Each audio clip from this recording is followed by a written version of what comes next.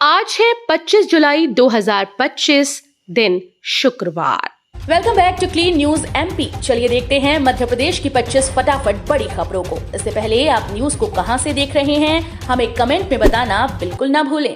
साथ ही हमारे Facebook page को भी फॉलो करें। फेसबुक पेज का लिंक डिस्क्रिप्शन में दिया गया है। लाडली बहना के साथ लाडले भाइयों के लिए खुला पिटारा, मोहन सरकार देगी 5,000। मुख्यमंत्री मोहन यादव ने कहा कि अब प्रदेश के युवाओं को रोजगार के लिए बाहर नहीं जाना होगा। 10 अगस्त को रक्षा मंत्री भोपाल में रेल कोच फैक्ट्री का उद्घाटन करेंगे, जिससे हजारों रोजगार के अवसर पैदा होंगे। सरकार पुरुष श्रमिकों को 5,000 और महिलाओं को 6,000 रुपए की प्रोत्साहन राशि देगी। भोपाल बनेगा फार्मा और टेक्सटाइल हब। 400 करोड़ के निवेश से 1,500 से ज्यादा युवाओं को मिलेगा रोजगार। भोपाल में औद्योगिक विकास को बढ़ावा देने के लिए सरकार बड़ा कदम उठाने जा रही है। आचारपुरा क्षेत्र में फार्मा और टेक्सटाइल हब विकसित किया जाएगा, जिसमें करीब 400 करोड़ रुपए का निवेश प्रस्तावित है। इस प्रोजेक्ट से 1,500 से अधिक युवाओं को रोजगार मिलने की उम्मीद है। सरकार का लक्ष्य है कि इससे न केवल रोजगार के अवसर बढ़े, बल्कि भोपाल उद्योग और निवेश का नया केंद्र भी बने। ओबीसी आरक्षण होल्ड के खिलाफ बड़ा आंदोलन। 28 जुलाई को सीएम आवास का घेराव। मध्य प्रदेश में ओबीसी आरक्षण पर रोक के खिलाफ ओबीसी महासभा ने बड़ा आंदोलन छेड़ने का ऐलान किया। 28 जुलाई को महासभा मुख्यमंत्री आवास का घेराव करेगी। महासभा के राष्ट्रीय कोर कमेटी सदस्य एडवोकेट धर्मेंद्र कुशवाहा ने कहा कि 90 के दशक में शुरू हुए आंदोलन के बाद भी प्रदेश में आज तक 27% ओबीसी आरक्षण पूरी तरह से लागू नहीं हो पाया। भोपाल के मुख्य मार्गों से रिक्शा बैन पर बवाल, आपने किया विरोध प्रदर्शन। भोपाल के 12 मुख्य मार्गों पर ई रिक्शा पर लगाए गए प्रतिबंध के खिलाफ विरोध तेज हो गया। गुरुवार को आम आदमी पार्टी की जिला इकाई के नेतृत्व में ई रिक्शा चालकों ने जोरदार प्रदर्शन किया। मिनाज आलम ने कहा कि ये केवल ट्रैफिक नहीं बल्कि हजारों चालकों की रोजी रोटी का मुद्दा है। प्रदर्शन के चलते जहांगीराबाद चौराहा, जिंसी रोड और सबन चौराहा क्षेत्र में करीब 1 घंटे तक भारी जाम लगा रहा। एमपी में भारी बारिश का कहर। 26-27 जुलाई के लिए रेड अलर्ट जारी। मध्य प्रदेश में अगले कुछ दिनों तक मूसलाधार बारिश की चेतावनी है। मौसम विभाग ने आज और 28 जुलाई को पश्चिमी मध्य प्रदेश में भारी से बहुत भारी बारिश का ऑरेंज अलर्ट जारी किया। वहीं 26 और 27 जुलाई को पूर्वी मध्य प्रदेश के कुछ हिस्सों में भारी से अति भारी बारिश का रेड अलर्ट जारी किया गया। एमपी में राशन का नया फॉर्मूला। अब मिलेगा 75% गेहूं और 25% चावल। मध्य प्रदेश में अब सार्वजनिक वितरण प्रणाली यानी पीडीएस के तहत राशन में बदलाव किया गया। पहले जहां 60% गेहूं और 40% चावल दिया जाता था, अब लाभार्थियों को 75% गेहूं और 25% चावल मिलेगा। ये फैसला राज्य के मंत्री गोविंद सिंह राजपूत की पहल पर हुआ। उन्होंने केंद्रीय मंत्री प्रहलाद जोशी से आग्रह किया था कि मध्य प्रदेश में गेहूं का उत्पादन अधिक है और लोग गेहूं को प्राथमिकता देते हैं। वन विकास निगम की 50वीं वर्षगांठ। सीएम डॉक्टर यादव ने किया विजन 2047 का अनावरण। मुख्यमंत्री डॉक्टर मोहन यादव ने कहा कि मध्य प्रदेश ने खनन और बिजली उत्पादन के कारण बने राख के पहाड़ों पर भी वन विकसित कर एक बड़ी चुनौती को सफलतापूर्वक स्वीकार किया। प्रदेश में 3,15,000 हेक्टेयर क्षेत्र में वनों का पुनर्वास एक बड़ी उपलब्धि है और इसके लिए राज्य वन विकास निगम बधाई का पात्र है। भोपाल में 2 जगहों के बदले जाएंगे नाम। नगर परिषद बैठक में रखे 3 नए बड़े प्रस्ताव। भोपाल नगर परिषद की बैठक में 3 अहम प्रस्ताव रखे गए हैं, जिनमें 2 स्थानों के नाम बदलने का निर्णय शामिल है। पुराने शहर के ओल्ड अशोका गार्डन का नाम अब रामबाग और विवेकानंद पार्क के पास चौराहे का नाम विवेकानंद चौक किया जाएगा। ये दोनों प्रस्ताव पहले ही एमआईसी से पास हो चुके हैं। इसके अलावा 25 करोड़ रुपए की लागत से 6 नए विसर्जन कुंड बनाने का प्रस्ताव भी रखा गया। एमपी में सर्पदंश से सबसे ज्यादा मौतें। सीएम मोहन यादव ने जताई गहरी चिंता। मुख्यमंत्री मोहन यादव ने प्रदेश में बढ़ती सर्पदंश की घटनाओं को लेकर चिंता जताई है। एक कार्यक्रम में उन्होंने कहा कि नागपंचमी नजदीक है और ये समय विशेष सतर्कता बरतने का है।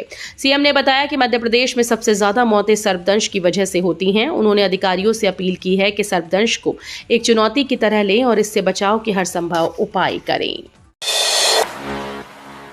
एमपी पुलिस के नए आरक्षकों को ट्रेनिंग में पढ़ाई जाएगी रामचरितमानस। आदेश जारी। मध्य प्रदेश पुलिस के 3800 नए आरक्षक इस समय 9 महीने की ट्रेनिंग ले रहे हैं। ट्रेनिंग के दौरान अब उन्हें रामचरितमानस का पाठ भी कराया जाएगा। पुलिस प्रशिक्षण के अतिरिक्त महानिदेशक रामबाबू सिंह ने इसके लिए आदेश जारी करते हुए कहा कि रिक्रूटर्स को जीवन में प्रेरणा और ऊर्जा के लिए रामचरितमानस पढ़नी चाहिए। जबलपुर में एक बोरी खाद के लिए रात भर लाइन में खड़े किसान। बारिश के साथ खरीफ सीजन ने दस्तक दे दी है और किसान खेतों की तैयारी में जुट गए, लेकिन खाद और बीज की भारी किल्लत उनके सामने बड़ी चुनौती बन गई। पनागढ़ तहसील समेत पूरे जबलपुर जिले में खाद की मांग और आपूर्ति के बीच बढ़ता अंतर किसानों को परेशान कर रहा है। एक बोरी खाद पाने के लिए किसान रात भर कतार में खड़े नजर आ रहे हैं। 28 जुलाई की रात 12 बजे खुलेंगे नागचंद्रेश्वर मंदिर के पट, 24 घंटे होंगे दर्शन।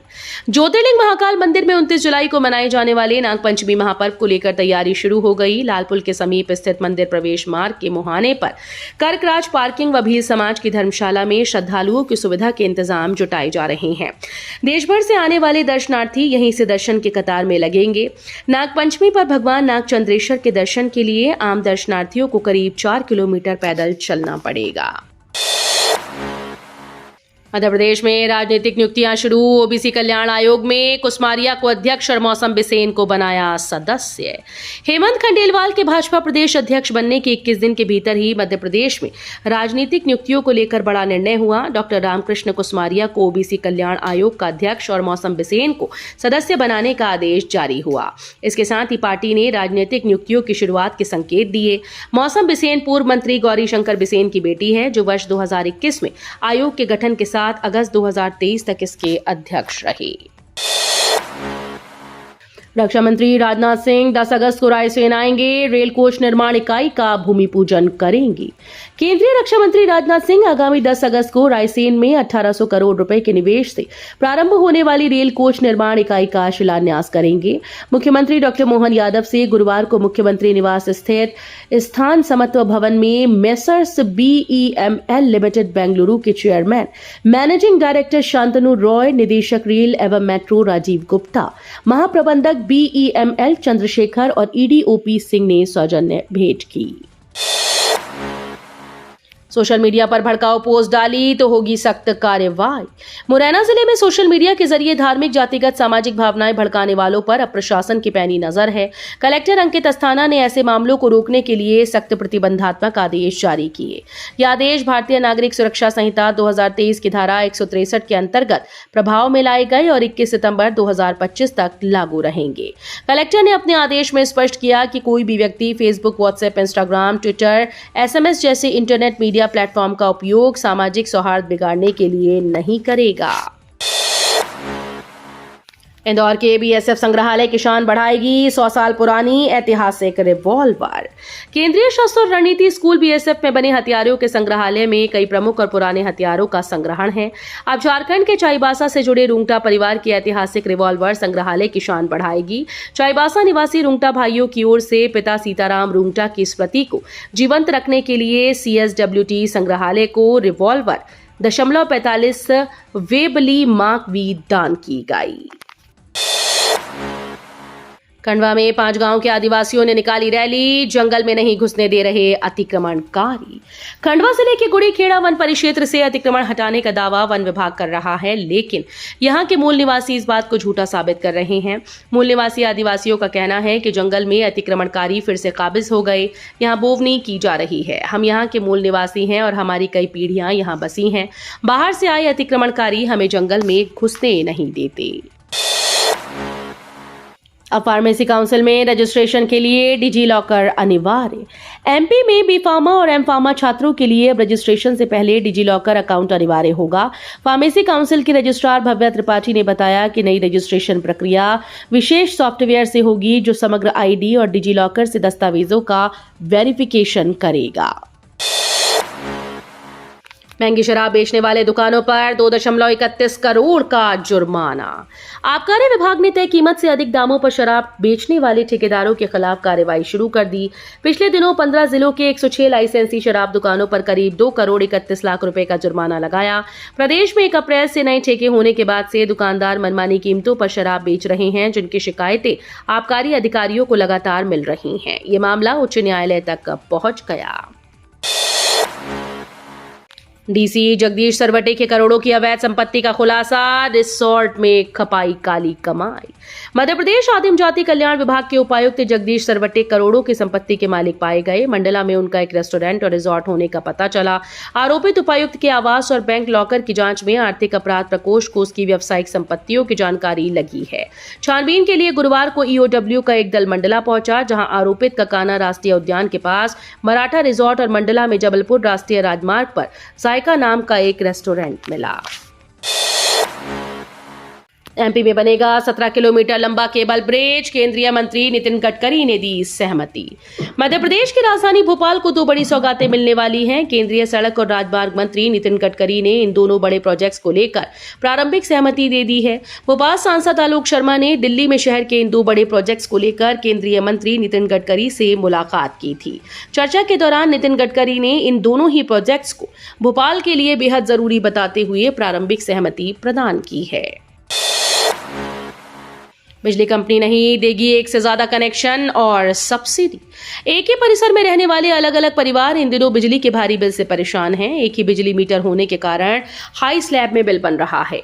कंपनी ने मार्च 2025 के बाद एक परिसर में एक ही कनेक्शन तय कर दिया। अब लोग बिल लेकर कंपनी के ऑफिस पहुंच रहे हैं। कंपनी को लगता है कि लोग एक ही परिसर में बेवजह अलग कनेक्शन लेकर सरकार के 150 यूनिट तक मिलने वाली सब्सिडी का लाभ उठा रहे हैं। पीएम इंटर्नशिप में मध्य प्रदेश के युवा नहीं दिखा रहे रुचि, खाली जा रहे कंपनीज के ऑफर।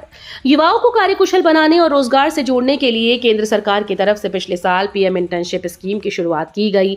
पायलट प्रोजेक्ट के तौर पर शुरू हुई इस योजना का उद्देश्य ज्यादा से ज्यादा युवाओं को इस स्कीम से जोड़कर उन्हें प्रशिक्षित करना है। अभी तक पीएम इंटर्नशिप स्कीम के 2 चरण समाप्त हो चुके हैं। शुरुआती सफलता से उत्साहित सरकार अब इस पूरे देश में लागू करने जा रही है। कॉर्पोरेट मंत्रालय द्वारा दी गई जानकारी के अनुसार इस योजना के पहले चरण में मध्य प्रदेश में 6,244 युवाओं को इंटर्नशिप के ऑफर दिए गए, जिसमें से सिर्फ 2,058 युवाओं ने इस ऑफर को स्वीकार किया।